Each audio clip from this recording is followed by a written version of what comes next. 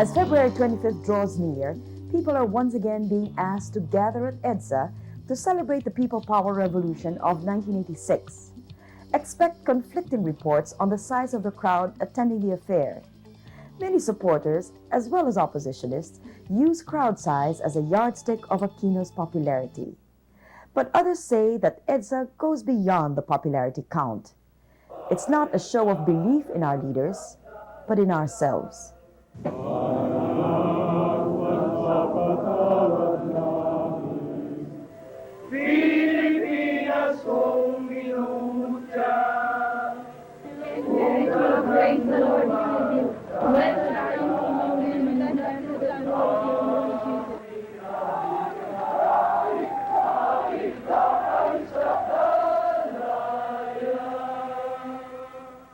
whole world focused its admiration and its eyes on us at EDSA.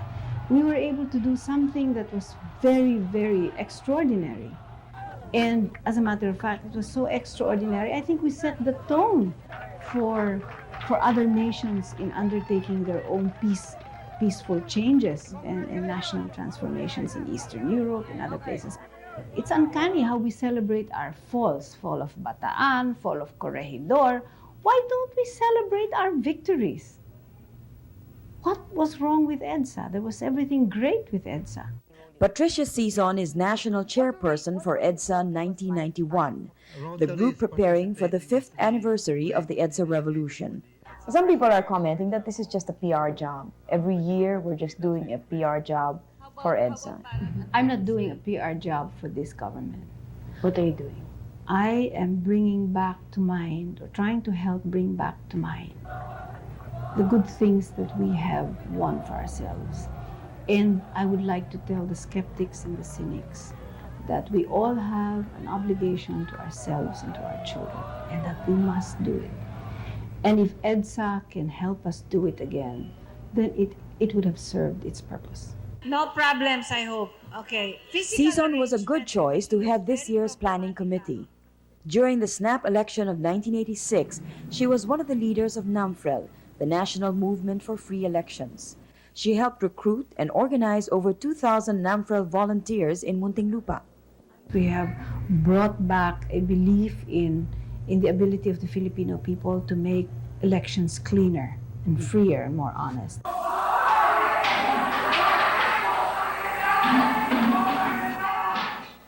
Reports of violence and fraud preoccupied media.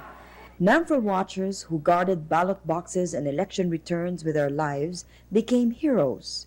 When the Batasang Pambansa proclaimed Marcos's victory, the announcement fell on deaf ears. Enough is enough, Mr. President. I think you know that your time is up.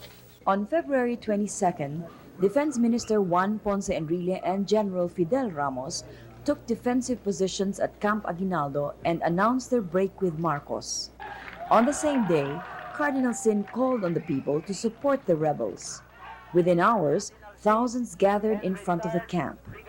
We had several radio sets on and TV.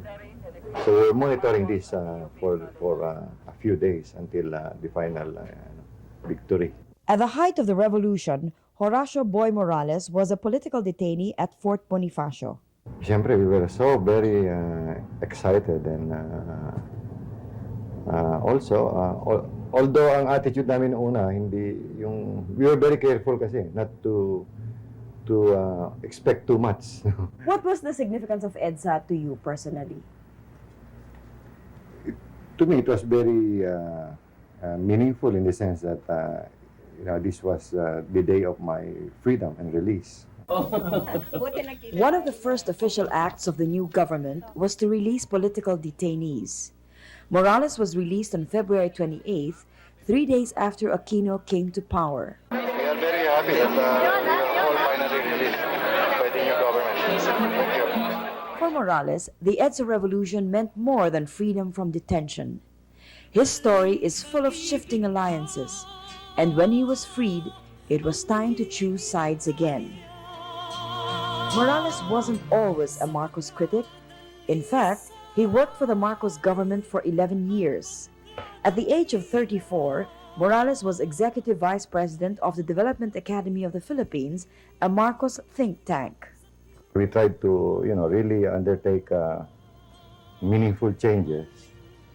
Pero na umabot sa point na this is somehow obstructed by government policy or by leaders of the government. It was necessary for me to define my position vis-a-vis the government because I was also partly responsible for encouraging a lot of young graduates to join the government.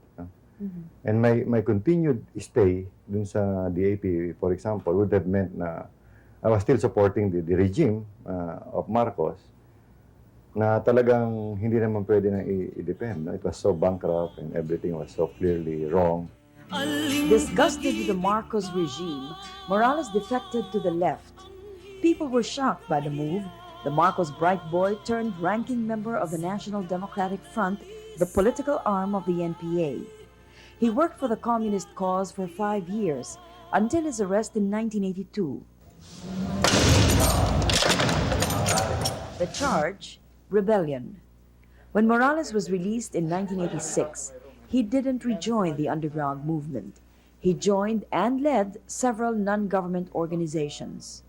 I felt that there was a chance for a new program. Magkaroon ng bagong programa ang gobyerno that will really answer the needs of the majority, the poor, rather than a program of status quo. Corazón como ako inyo. Corazón como ako inyo. Do solemnly swear. Do solemnly swear. That I will faithfully.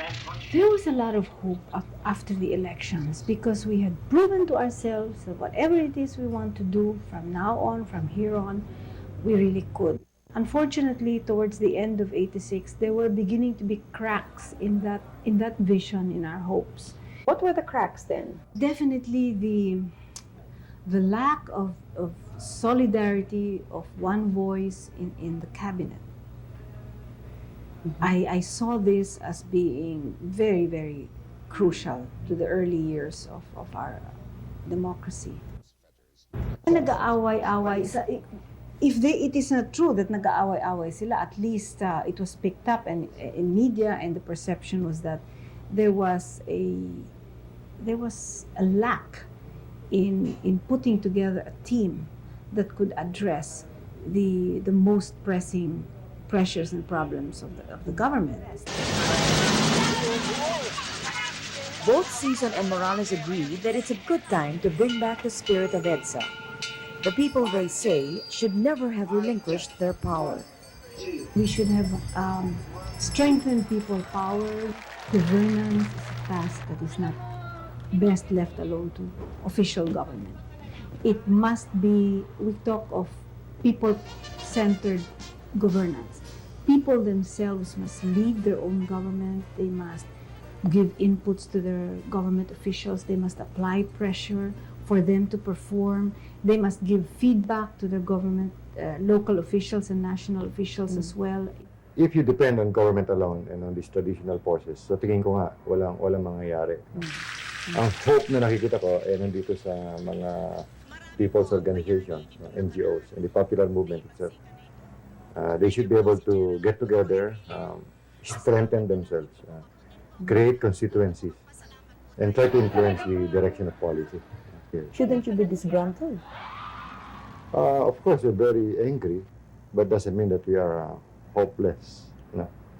We're angry, pero optimistic pa rin tayo sa long run na makakayanin natin ito.